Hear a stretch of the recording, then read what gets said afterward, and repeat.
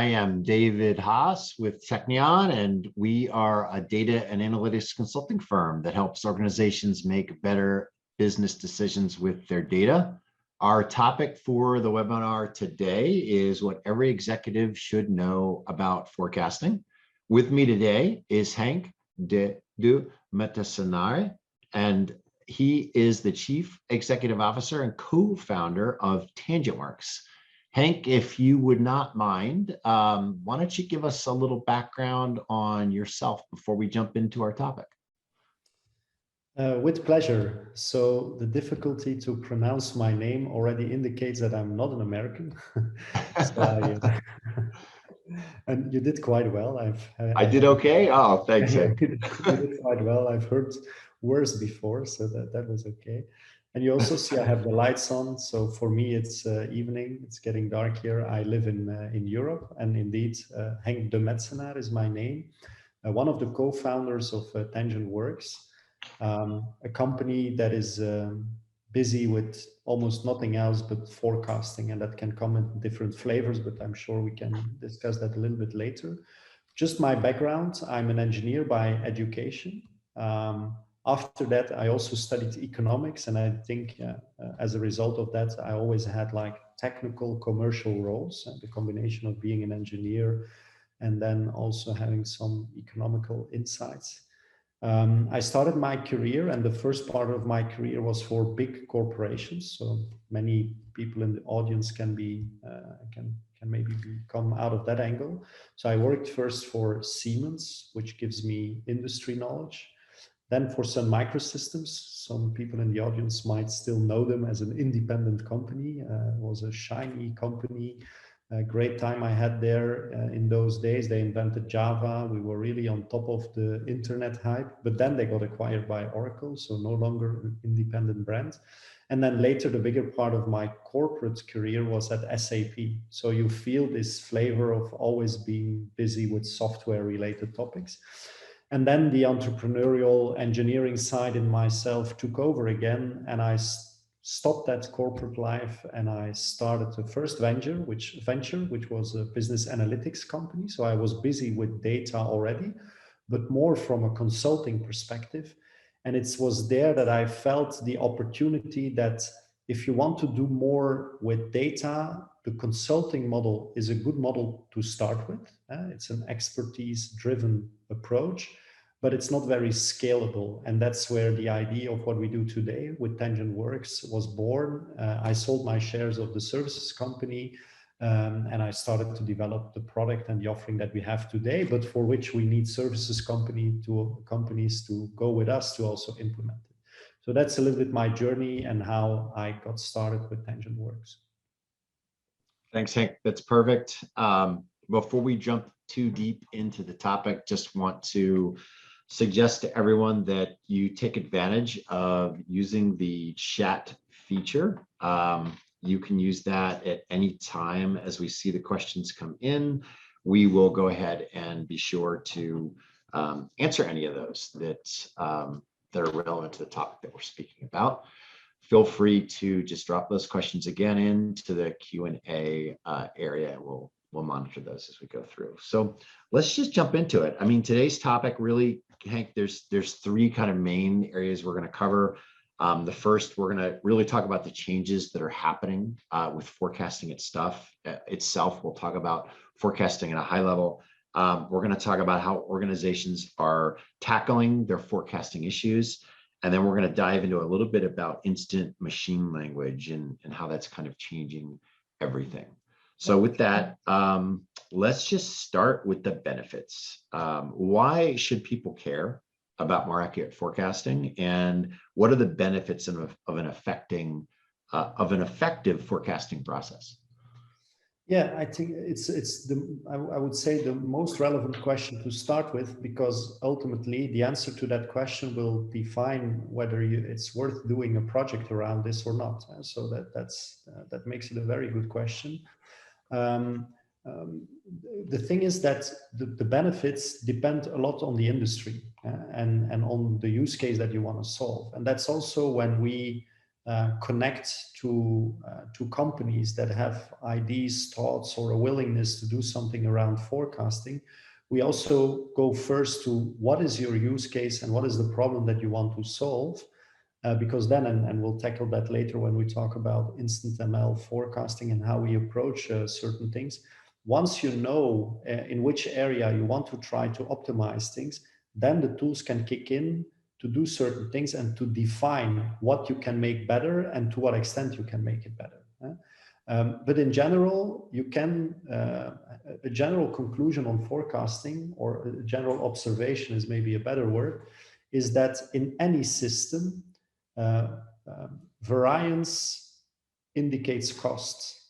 And with forecasting, you can reduce variance because you know things better for a longer period of time upfront, depending again the scenario. If you can reduce that variance, you probably have an opportunity to get costs out of a system. I mean, very easy examples of that, and there are even almost scientific formulas of that. If you look at how many stock I need to have to be able to fulfill my orders, they have a formula on that, and in that formula, variance is a component. Yeah, so there it's an element there, and if you can get that number down, you see that the overall volume of stock that you require to fulfill your orders goes down, so the cost associated with that goes down. So that makes forecasting very, very relevant. And forecasting has been done since a long time. Only things are changing, and there are new needs that are connected to forecasting today compared to what we had in the past. And that's where we kick in, but we'll tackle that later. Excellent. Hank, in your experience, how does better forecasting affect the business side, business results? Yeah, so a little bit to what it said again, depending on exactly what you want to forecast. So, but if you know things, I mean, let's take practical examples out of the client portfolio that we have, because they speak the most. Again, if typical scenarios that you have with forecasting is, I mean, I can even mention a US based client. They are industrial bakery, so they make bread, but in very high volumes. And then, of course, people buy that stuff, but that depends on certain parameters. That depends on the weather, for instance, or the day of the week, and whether it's a holiday or not. And that's the easy part. But sometimes it's a combination of those things that is not trivial to detect by a human brain, but that can speak out of the data, that can come out of the data. So if you do that forecasting better, you have an immediate effect on your business because you can be more accurate. And in their case, it means that they will not make the bread that they don't need. And that then goes back into their whole supply chain, and even to the level that with better information, they can decide on what raw materials they need to purchase. And that is what you want to accomplish. Yeah? You want to see what you can forecast, and then kind of go back in your complete value chain and see what the effects are of that forecast at the end on that value chain, and where you can cut out costs or optimize things or make your offer better. And then quantifying those will really make clear what the business benefits are that you can achieve. But we do this for supply chains, but forecasting can also be done in the financial sector. There is very obvious. If you can forecast the price of an element better, it can be a trading benefit. We've done a lot in renewable energy. In the end, it's all forecasting, but the business benefits that you have are very much related to the industry where you are active. That makes sense. It's kind of a great, you've set the stage really well. What would you say some of the biggest forecasting challenges are today for businesses? Yeah, I see. When we embarked, I mean, we have a great product, and that's the third topic. And so we naively thought that if we would bring that product and its capabilities to end clients, they would immediately be capable of reaping the benefits of what we do, because we really are a game changer in the way we approach forecasting. But it turned out not to be true. And I think That indicates the first challenge with forecasting, and that is the data. It all starts with data, of course, and depending the company that you talk to, some companies are more advanced in how their data is treated, how good their data is. Others are a bit more, still have a way to go there. But data is an essential, crucial factor that plays a role in making forecasts better later on. So I would say it starts with the quality of the data. Now, the nice thing is, and again, there I want to bring that together when we talk about how we approach these things, the technology or the methodology that you use to do forecasts can also help you to see how good your data is. Yeah? And if there is any forecasting potential in the data that you have in front of you, and also explore which areas that you need to, in which areas that you need to improve your data to come with a better outcome. Yeah. So for me, challenges with forecasting is twofold. A, what do you want to accomplish? And is it worth doing that? If you can make that better, is the business benefit big enough that justifies the journey? And then once you have a clear answer on that, do I have the data to get there? Now, typically there comes other things into place, but that you also need to deal with. But with our approach to the problem, you will see later when I talk about automation and the fact that data changes over time. These challenges are there, but it's things that we automatically deal with. Because one of the things we talk about, the modern ways of dealing with forecasting imply some usage of machine learning / AI technology. Yeah. Now, the more common understanding of machine learning and AI is based on the popular applications. A very popular one is, for instance, face recognition.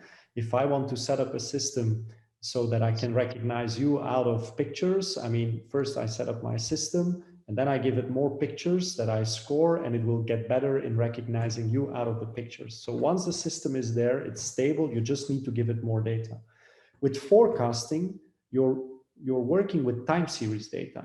It's like things that happened over time, and you want to forecast something in the future at certain moments in time. So you talk about time series data. Well, time series data is changing over time. So that means that if you set up something, it could be that it works very well to make a forecast today, but it might completely fail tomorrow. And if we look at the recent events that we all went through, COVID, the COVID pandemic, for us, business-wise, it was not a pleasant period. I think for many companies, it was not very pleasant. But from a data perspective, it was very interesting, because all of a sudden we have tons of data sets that clearly show you what we mean with time series data changes over time. Many companies and they had forecasting models in some way or format, and those were statically engineered models. You take an expert who is well educated, who knows what he's doing, you give him enough time and he will build you a model so that based on data you can do forecasts. The thing is that takes you days, and we have examples of weeks of engineering time to make such a model. Now, if then you need a lot of those models because you want to forecast more than one thing, and that's in most use cases a fact, and on top of that, your data changes over time, you continuously have to maintain all those models, and from time to time also re-engineer those models. And Corona made that very visible. We had lots of calls of companies who said, yeah, we have our models there, they're not working anymore. And that is true. Yeah. I mean, one of the challenges of forecasting models is that they work within certain boundaries of variation on your data. If you go outside of those boundaries, you need to do the retuning. Yeah. And that's where we come in. The technology that we developed, and you mentioned it already, it's called Instant ML, is a technology where you don't engineer models upfront, but you generate the models automatically the moment that you need the forecast. So that means you go back to a story with Corona, you had a demand for your product on a certain level, and I'm waving with my hand, maybe I think people can see that on my video. You're on a certain level with your demand. Then because of Corona, it goes down and hopefully it then stabilizes on another level. Well, if you forecast with static models, with older technology, you keep using these models to forecast this. This is not going to work. Yeah, the dynamics are not covered. If you use instant ML, every single moment that you do a forecast, also when things are going down, you will use a new model that takes into account the latest data point and that stays much closer to your reality. So going back also to your challenges question, you need a technology that adapts to your reality as it unfolds. And you can no longer continue in this world that is much more dynamic than it was like 30 years ago with statically engineered models. And that's really our unique value proposition. I love it.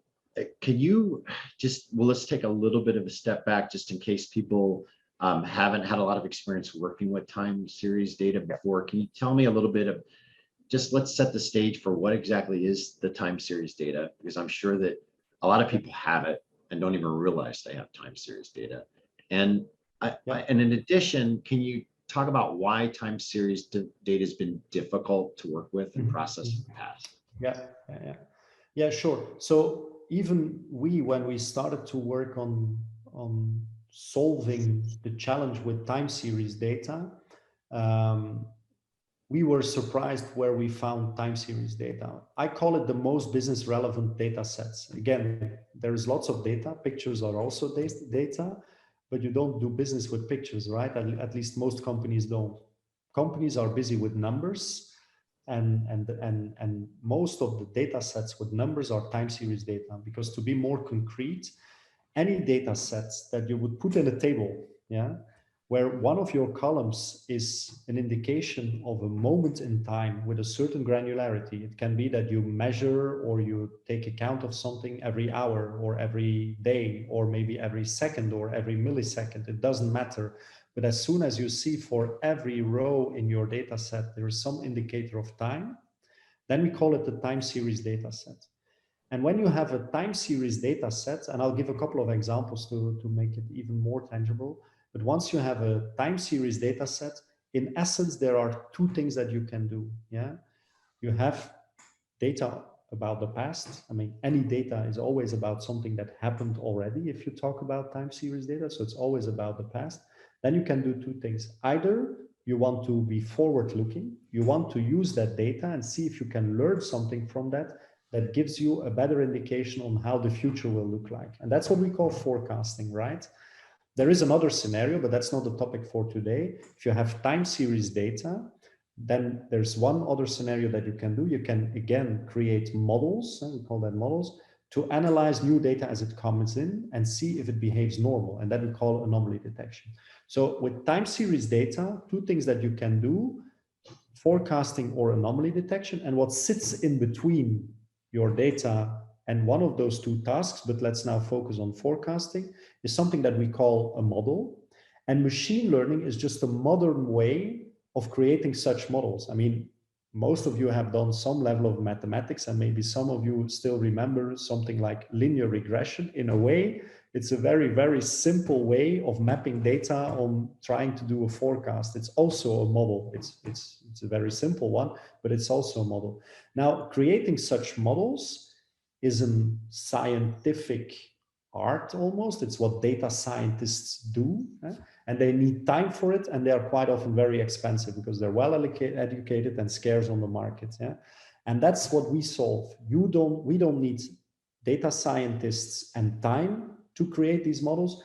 We generate them automatic. Yeah? So we replace our core value proposition is, once you have the data ready, is that we replace a situation where you need hours, weeks, sometimes of costly engineering. We replace that by seconds, minutes of computing time with the same level of quality, if not better, and with more insights. But that's a topic that we can cover later.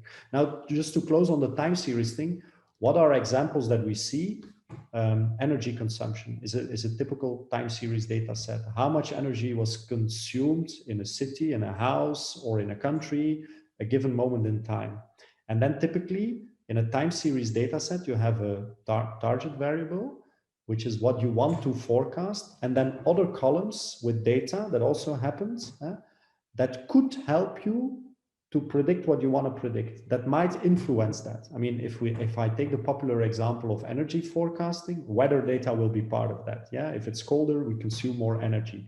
But maybe other things, calendar information, or if you're in an area where there is a big production facility, their production schedule might influence the electricity consumption in the area. So basically what you do is you bring all this data together.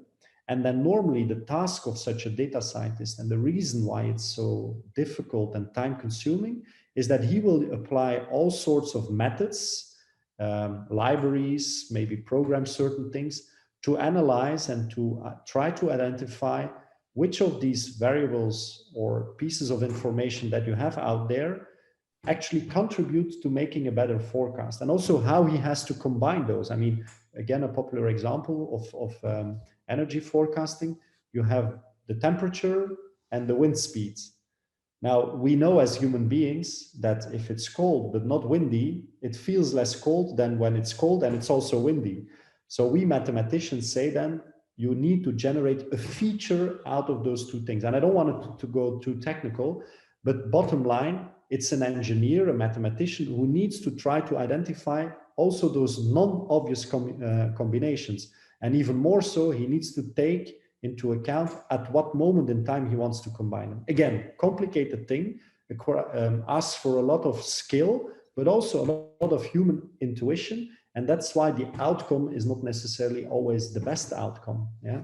And that is something, and that is what we stand for, that we wanted to automate so that it's more consistent, faster, scalable, and also that the results that you have are easier to interpret. Because one of the annoying things with machine learning applied on time series data forecasting, and I was at the other end of the story when I was business leader at SAP myself. I also got forecasts, but I never trusted them. Why? Because the guys bringing me the forecast came with numbers, but could not explain why the numbers are the way they are. And they told me, yeah, but machine learning is a black box model. We use a neural net and that's black box and I cannot explain you. Now, as a business leader, having to take, if you have to take decisions on numbers, on something where they say, yeah, but it's a black box, you have to trust it, and it's like that, it's not a very comforting feeling. And that's why we also sought in the methodology, the mathematics that we use to solve that the models that you get are human readable. We will give you numbers of what will be the electricity consumption in the future, what will be the demand for your product in a certain forecasting horizon, what is the quality of your end product, knowing that your process parameter at this point in time are what they are. These are things that we can forecast. We give you the numbers, but we also give you a transparent, human readable model. It comes out as a tree map, but that's a technical detail, so that you can understand it's this combined with that at that moment in time that influences my number in such a way, and that's why that is important. Yeah. That makes sense. I think this brings us to a good time to start talking about the differences in auto ML, auto machine learning, and instant ML. And if you could just maybe define both for us and explain how auto ML is taking us to the next level in forecasting. Yeah, sure. So, I mean, auto ML, so, obviously it stands for automated machine learning, and maybe to make it clear, that is not what we do. So we call, and by the way, we didn't invent that. A couple of years ago, we were explaining to Gartner, some of you might know them as analysts that kind of see which solutions do what and how good they are, and they make magic quadrants and rate your solution. So they're quite important in our industry. And so we were explaining to them what we do. And we were kind of positioning ourselves as an AutoML solution. And we said, no, you're not AutoML. Yeah? You're one step ahead of that. And so that's important to say. What we do is not AutoML. We gave it then another name, which is InstantML. Let me now explain how they fit and where they stand. So I would say, and we have a visual on that, historically, we have time series data. You want to forecast, so you need a model. The most basic way of doing that, but it's the one that is, in my opinion, the most costly and the least adaptable, but it's the way that it was done always up till now, is a method where you do what we call handcrafted models. It's the data scientist who starts to do stuff and ultimately comes with a model that you can use.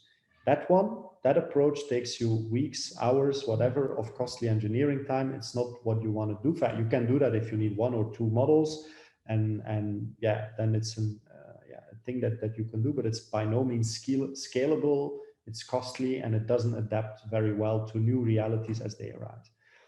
Then that was recognized by all big players, and that's why they came up with AutoML. Now, what is AutoML doing? It's exactly doing the same as handcrafted models, because there are a couple of steps that you need to take if you build models handcrafted. It's feature engineering. I mean, a couple of steps that you need to take. AutoML is doing the same, but it guides you through those steps, and it uses raw computing power to bring in certain degree of automation. And how do they do that? I don't want to go too technical, but instead of making one model, the computers will create a lot of models, and then they have some sort of selection algorithm with backtesting and these sorts of things, and then they try to select the best out of that. Now, the thing is, to summarize that, it brings you a certain level of automation. So it reduces the engineering time from days and weeks to typically hours, but you still need an expert, because those steps that they guide you through, they will still ask you questions on particular things about what do you want to use? Do you want to use a neural to generate all these models? Do you want to use neural nets or random forests or XGBoost? These are very, these are things that you need to know. Otherwise, you cannot deal with it. So handcrafted models, I would say days and weeks of costly engineering. AutoML, it brings you a certain level of automation, but you still need an expert, and you reduce the engineering time to hours. What is now instant ML, that is what we do, that is like the next generation forecasting technology, and I see it's going that way. There you make this process seconds to a minute of computing time, and it's always good to have knowledgeable people around something, but in essence, you don't need them anymore. So instead of asking them to do what I call, and I know it's a strong statement, I call making models by data scientists the most intellectual stupid work. Yeah? Because you need to be smart to be able to do it. You need to be well educated, but ultimately it's not where the value is. Once you have done that work, you have a model, and then it becomes interesting because you can start forecasting and then try to make that forecast better by working on your data, by tuning certain things. So we take that intellectual stupid work out of the hands of the data scientist so that he can focus on what comes before and what comes after. And that will make your forecasts ultimately better. So we don't want to replace data scientists. We just want to make them more capable, more scalable, and more adaptable to realities. Because you will understand, we come across in retail, for instance, they want to forecast 50 products that they want to sell, and 50 is really an easy use case. We have seen hundreds of products, and for each product, they want to do demand forecasting for different regions in the country. Yeah. So if you multiply hundreds of products with 50 regions, you have already 5,000 models that you need to create.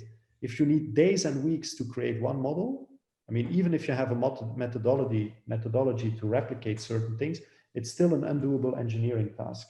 If you replace that by hours of work per model and a lot of computing time, then you make the Amazons of this world a little bit richer, and they will like that because you consume their computing time. But still, you need an expert that is busy with that, and it's going to consume a lot of time. If you replace that by seconds of computing time, then it's much cheaper and it becomes a doable scenario. Yeah. So forecasting for lots of products in different regions in the past, it was a no-go zone for data scientists because you can do it for 1 or 2 products, but you cannot do it for all your products. Now this becomes possible. Yeah. And that is what we want to facilitate. Excellent. Thank you, Henk. I'm going to open it up now. If you'd like to ask Henk a question, please drop it into the Q&A section. Meanwhile, I noticed, Henk, while people are dropping their questions in, I noticed that some of the folks here that we've got online, a lot of them are Alteryx users. Is there a way to use TangentWorks, your platform, with the Instant ML in Alteryx? Yeah, Alteryx is one of the stories I love a lot. I mean, we have a strong partnership even on corporate level with Alteryx. I can be quite outspoken about that. The story I was telling about retail actually is something that we work on together with Alteryx as well. Because when I came across Alteryx, I mean, what was the challenge that we had? And I said that a little bit in the beginning. Tangent Works in itself is not a solution because you need to prepare data um, and set up your, that means connecting to data, do certain manipulations, deal with missing values and all these sorts of things.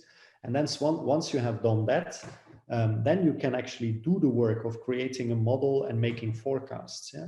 And again, once that is done, you want to bring the outcome to a business user in a way or format that he understands. And that's not just table with numbers. Maybe you want to do more there. And that's when I came across then Alteryx. Then I saw a platform that was very capable in setting up these data pipelines. And they also had in their library, in the designer, they had some items to do time series forecasting. So in the beginning, we thought they're competitive to us. Yeah? So we started to check on how does that work. And what you see in the Alteryx libraries, their way of dealing with time series forecasting is the traditional methods that require a data scientist to deal with it. Yeah?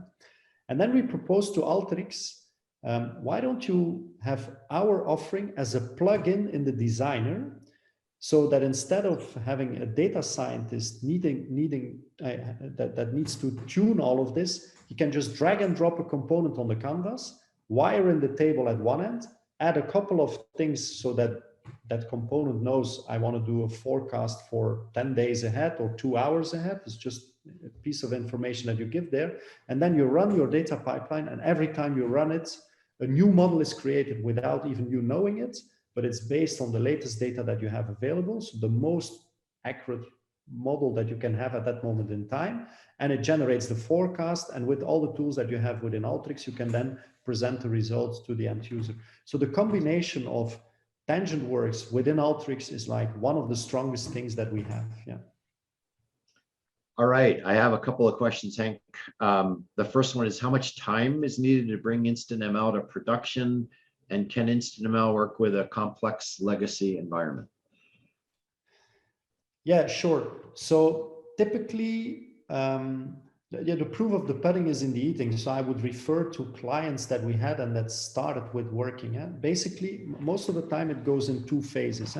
First, people say, yeah, better forecasts might be good for my business, but I don't know yet if my data has the ability to or the capacity to generate good forecasts. I mean, if everything is stochastic and random, you cannot forecast. You can only forecast when there is some sort of pattern that can be detected by an algorithm in your data.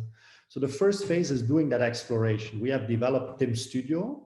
It's a web application. It just gives you access to our backend system, our engine. You can connect a table into that and start to play around with that. To get going with that, because of the level of automation that we bring in, we typically need like half a day of onboarding and we're done. Yeah. And then you can start to explore your data. Again, I take the assumption, and for some companies that's a challenge, but for that they can also work with Technion, I think. Getting your data ready so that you can really start to play with it, getting your data in a table basically, and bring all the pieces of the puzzle together there already is sometimes a challenge. But once you have that, onboarding with Tim is a half a day of work to explore things. Once you have done that, then you need to decide, okay, I see here certain opportunities in my data to forecast certain things better. Then you want to go operational with that, right? And then you typically go in a scenario, what we call Tim on a platform. That means that you put Tim within Alteryx, that you use Tim as a plugin to Alteryx, or Tim as a plugin to Click, or Tim as an API to which you can write code. Also there, to get going with that, we talk about very short projects. Yeah, it's the level of automation quite often, but that's not the purpose for today. When we give a demo, people are really amazed by the level of automation. That's not what they are used to when they see a data scientist-driven demo. It's complicated. It takes a long time. You need have long calculation times. With instant ML, you don't have that, and that makes the onboarding time really, really short. So we talk about days and not weeks and months and big projects. Excellent. Hank, I think we've reached our time. Appreciate the time with you today and the discussion around forecasting. This has been super helpful. Just to wrap up, how can our audience get started with Instant ML? Is there anything that we can do if the audience wants to kind of jump in and try this out and get a better understanding of what it does? Yeah, we want to facilitate that process, and for that we have what we call a demo try buy concept. So this was just a short talk to hopefully spark an interest with some of the audience, but I would be keen to jump on one-on-one calls with companies, individuals that have a case in mind and talk about that particular case. So that's what I say. That's for me the demos type of scenario. We talk about data. We show you what we mean with automation, with transparent and human interpretable models, so that you can really feel that.